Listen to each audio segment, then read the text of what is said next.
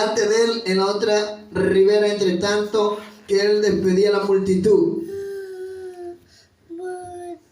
Y a su nombre. Más en la cuarta vigilia de la noche Jesús vino a ellos y andaba sobre el mar.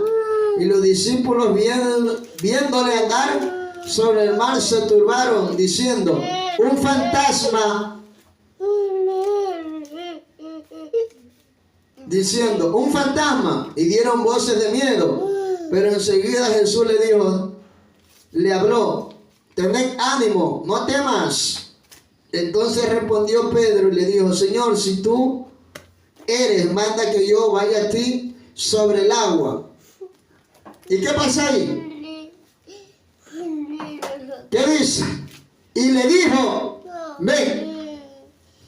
Repita conmigo. Y le dijo: ven.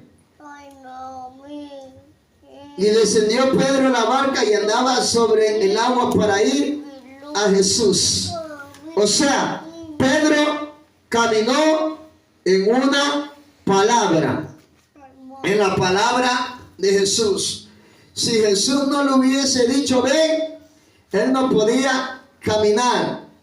O sea, cuando a usted y a mí nos habla Dios, usted y yo tenemos que caminar y hacerle caso. Cuando Él habla, usted y yo tenemos que hacerle caso. Él le dijo: ven. Y Pedro comenzó a caminar. Pedro comenzó a caminar sobre las aguas por una palabra, por lo que Dios le dijo, por lo que el maestro le habló. Y en su nombre. O sea, lo que Dios le dice a usted y a mí, en sueños, en visiones, usted y yo tenemos que creerle, porque cuando Él habla en la eternidad, está hecho. Dígale: en la eternidad está hecho. Y en su nombre. Y Pedro comenzó a caminar en la palabra. Pedro comenzó a caminar en lo que Dios le dijo.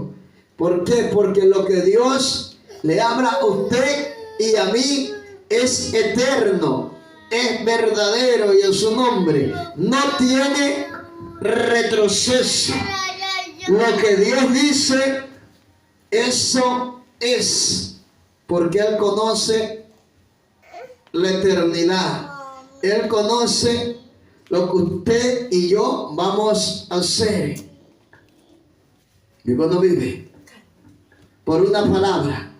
Recuerde, Jesús le dice a Abraham: sal de tu tierra y de tu parentela y vete a tal ciudad que yo te bendeciré y te prosperaré. Y en su nombre. O sea, por una palabra salió Abraham. Abraham caminó en esa palabra, tuvo fe, y Dios hizo de Abraham una nación grande y poderosa, por lo que Dios le habló, por lo que Dios le dijo. Todo es la palabra de Dios en nuestra vida para poder hacer cosas grandes. Por eso que una palabra es importante. Una palabra de Dios para su vida y mi vida puede cambiar el entorno. Usted de la noche a la mañana Dios puede transformar su vida. Vemos en la Biblia muchas cosas. Recuerda Esther y vos. Ella tenía una promesa de parte de Dios. Y las promesas en Dios son en sí y amén. Cada persona que Dios le haya dado una palabra son promesas de Dios en su vida y en mi vida. ¿Vive o no vive? Caminar con una palabra es caminar con los cielos abiertos, es caminar con la gloria de Dios en su vida y en mi vida. Pero la persona que no camina en una palabra, que no camina en un fundamento que Dios le haya dicho, está perdida, no tiene rumbo, no tiene dirección.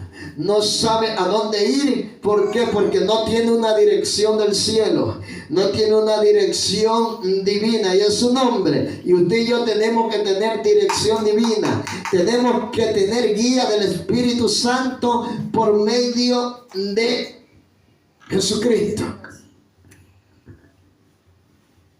Y Pedro comenzó a caminar sobre las aguas. Pedro comenzó a caminar en lo sobrenatural porque escuchó la voz de Dios que le dijo: ven.